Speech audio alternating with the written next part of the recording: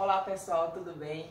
Voltamos com o nosso quadro Tânia Macedo e o Especialista e vamos falar sobre um assunto bastante interessante e polêmico, que é sobre imóveis versus causas trabalhistas. E para sanar todas as nossas dúvidas, nós convidamos Fábio Farias, que é desembargador do TRT, Sexta Região, que vai contribuir com um pouco da sua experiência conosco. Obrigada, Olá, Fábio.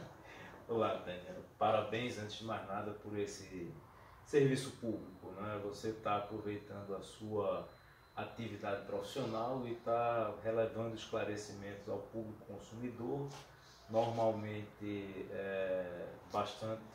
com muita dificuldade em ter informações, né? E informações que muitas das vezes, no mínimo, traz um atrapalho de ter que contratar um advogado para defender uma causa, para resolver um problema que a pessoa jurava que nunca ia ter na vida. É justamente sobre isso, Fábio, que a gente vem trazendo essas informações, porque para nós que somos do ramo, no nosso dia a dia, é de praxe, mas para quem não entende, são informações relevantes que as pessoas às vezes desconhecem, porque não é a área delas mesmo, né?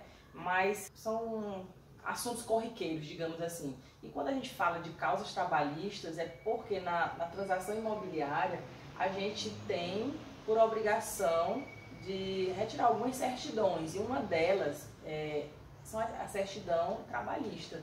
E onde é que a gente pode retirá-la e qual a importância dela na negociação imobiliária?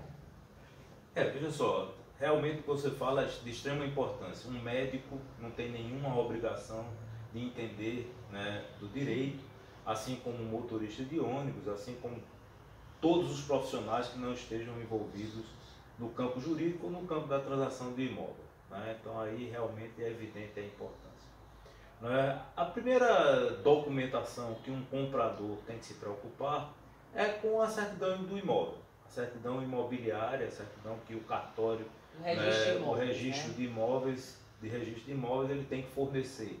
Não é? Por quê? Porque essa certidão ela é a certidão de nascimento do imóvel, mas também ela é como uma folha corrida, né, de tudo o que aconteceu com aquele imóvel, todas as transações da qual ele foi objeto, as atualizações de preço, né, o tamanho do bem, tudo tem que estar ali escrito, inclusive as suas dívidas, né? Essa é a certidão mais importante que o comprador tem que adquirir, né? No que diz respeito à Justiça do Trabalho, né, nós temos hoje um Banco Nacional de Devedores Trabalhistas, certo? Esse Banco Nacional de Devedores Trabalhistas são exatamente aquelas ações, aquelas execuções que não conseguiram ser pagas, né, aos reclamantes, aos ex-empregados, né, ou empregados, e que vão para esse centro de informação.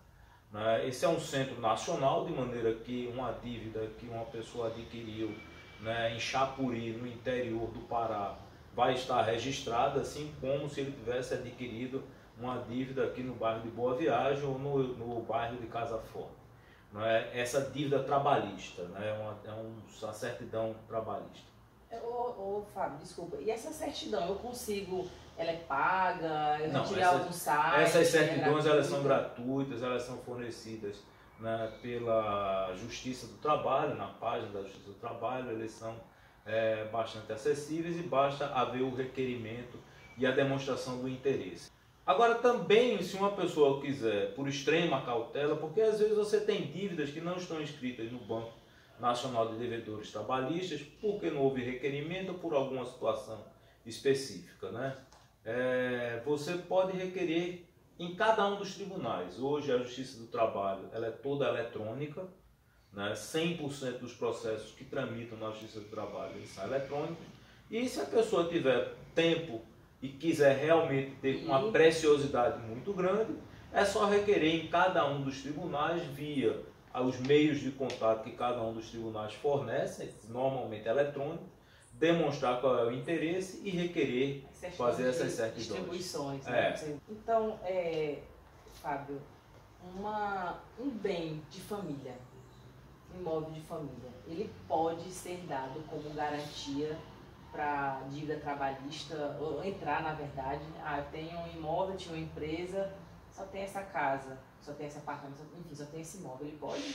Não, a lei ela protege absolutamente o bem de família, excetuando-se no caso das dívidas originárias de empregados domésticos, certo? De empregados domésticos, ou seja, se a dívida ela é originária, né, de uma reclamação promovida por um empregado doméstico contra a família que reside naquele imóvel, então esse imóvel ele não tem a proteção, né? Mas excetuando-se essa hipótese daí, o bem de família ele tem a mais absoluta proteção da lei.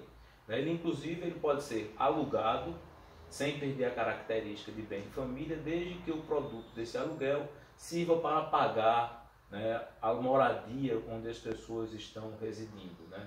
Existe o conceito do bem de família, que é aquele bem único, né, que a família possui, né, para a sua residência. Entendi. Então, somente no caso de uma ação trabalhista doméstica, né, empregada, que trabalha no próprio lar, que seria, aí entra. É bem interessante essa informação.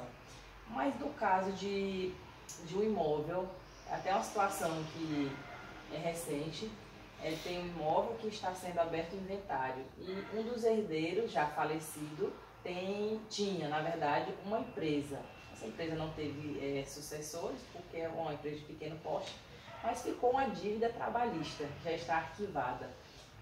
Como que deve se proceder diante disso? O processo está arquivado, tem que ir lá saber quanto custa essa dívida?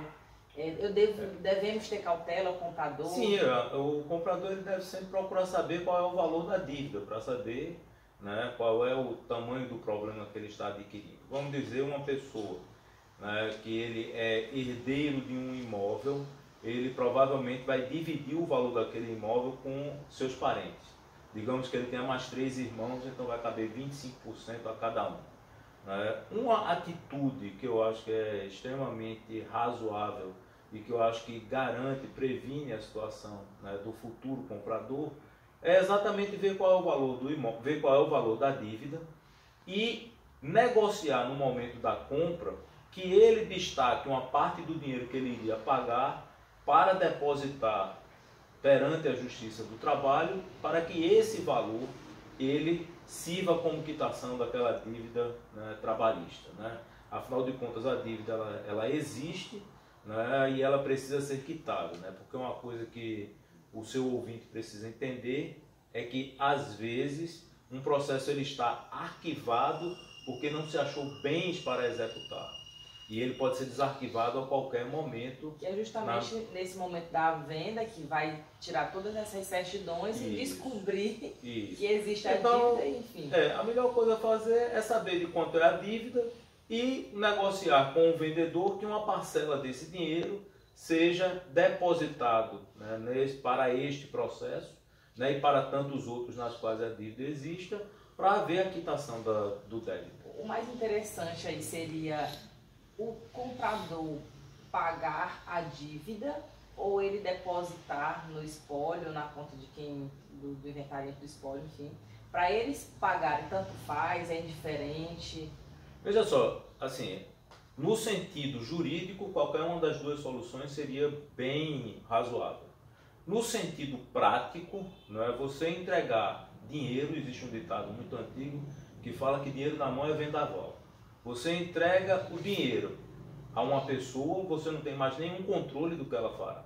Consegue gerenciar. Se fosse eu estou falando não como juiz, mas se eu fosse comprar um imóvel, tivesse muito interesse naquele imóvel, eu preferiria comunicar ao juiz que está dirigindo a causa e ofertar a ele a parcela para haver a quitação, né? Porque aí, né, eu teria certeza de que o problema estaria resolvido. Sanado, né? Mas juridicamente, entregar o espólio para que o espólio pague, ou o comprador, né, negociar com o vendedor para que ele pague diretamente na causa trabalhista, corretos, né? Estariam corretos. Entendi.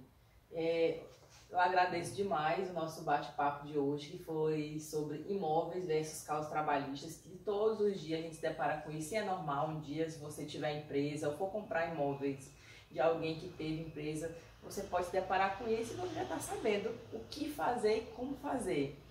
Gostou? Clica, compartilha, segue lá a gente no Instagram, @TâniaMacedoImóveis. Até mais, pessoal!